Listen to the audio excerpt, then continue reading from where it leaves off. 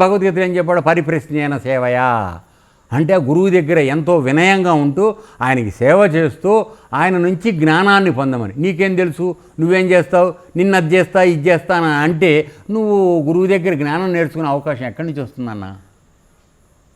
So ఇది దుర్మార్గం. అందువల్ల ఏమవుతుంది, సాలిపురుగు పరిస్థితి వాడికి కూడా అర్థమవుతుంది. బ్రహ్మజ్ఞానంలోకి వచ్చి మనం చెప్పిన సాలిపురుగు కథలోకే వాళ్ళు వెళ్ళిపోతున్నారు. అది మేము చింతిస్తున్నటువంటి విషయం. ఎంత జ్ఞానం చెప్పినా సాలిపురుగు నుంచి బయట రావడం మాత్రం వాళ్ళు తెలుసుకోలేకపోతున్నారు. మేమేం చెప్తున్నాం, ఆ జ్ఞానం నీకు ఆధారంగా ఉన్నప్పుడు నీ చేత సృష్టించబడిన ఈ సంసారం, నీ భార్య పిల్లలు ఆస్తిపాస్తులు అనేటువంటి నీ చేతగా సృష్టించబడ్డాయి ఏనన్నా. సో దానిలోంచి విడిగా బతకడం నేర్చుకో. ఎంతవరకు ఉండాలో అంతవరకు ఉండు.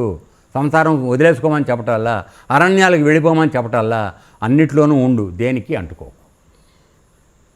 ఈ మార్గం తెలుసుకోమని గురువులు చెప్పడం జరుగుతుంది. కానీ అది ఎవరికి నచ్చడం లేదు. అందువలన ఎక్కువ శాతం మంది సాలిపురుగుల్లాగానే అయిపోతున్నారు మానవ జన్మకు వచ్చిన తర్వాత కూడా.